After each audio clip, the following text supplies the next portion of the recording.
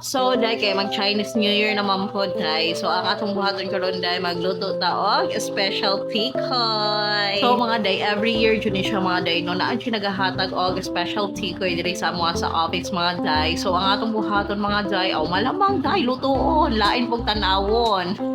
So, first na mga day, kinabrihan naman nato siya mga day, no. So, slice na nato na siyang panipis day. Kay dili lang nato kay bagaon day, no, kay makaumay jud siya day, inig maluto na jud siya day. So, kung na siya day og forma day, kung man ako slice tanan day. Yes, mga day, saktuhan lang jud siya pagka-slice mga day, no.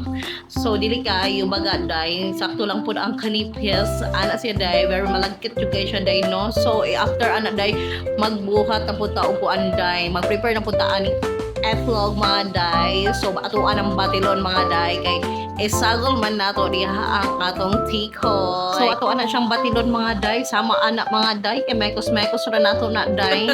Nya syempre mga day, dili pwede day nga wala tay backup diha day. Mo na akong backup karon day, ang pinakagwapo dito sa amuan day. Unya mga day, mo commercial siya daw siya day. Oy. So balik na ta diri day, no, sa ato ang tikoy mga day. So yung anak na siya day, magbutang tag mantika anak day nga human day ipangluno nato na ato ang mga tikoy diha day nga gipang slice. Unya mga day, gibutangan nato og etlog mga day. So mararata og nag-scramble egg mga day, no.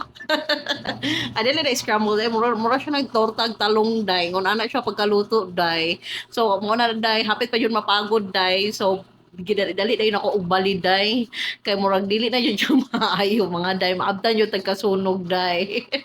So kay paluto naman siya mga day, dali-dali unay na to na siya og haon mga day, no. So ingon ana na day na siya iyang finish mga day after nimo maluto mga day.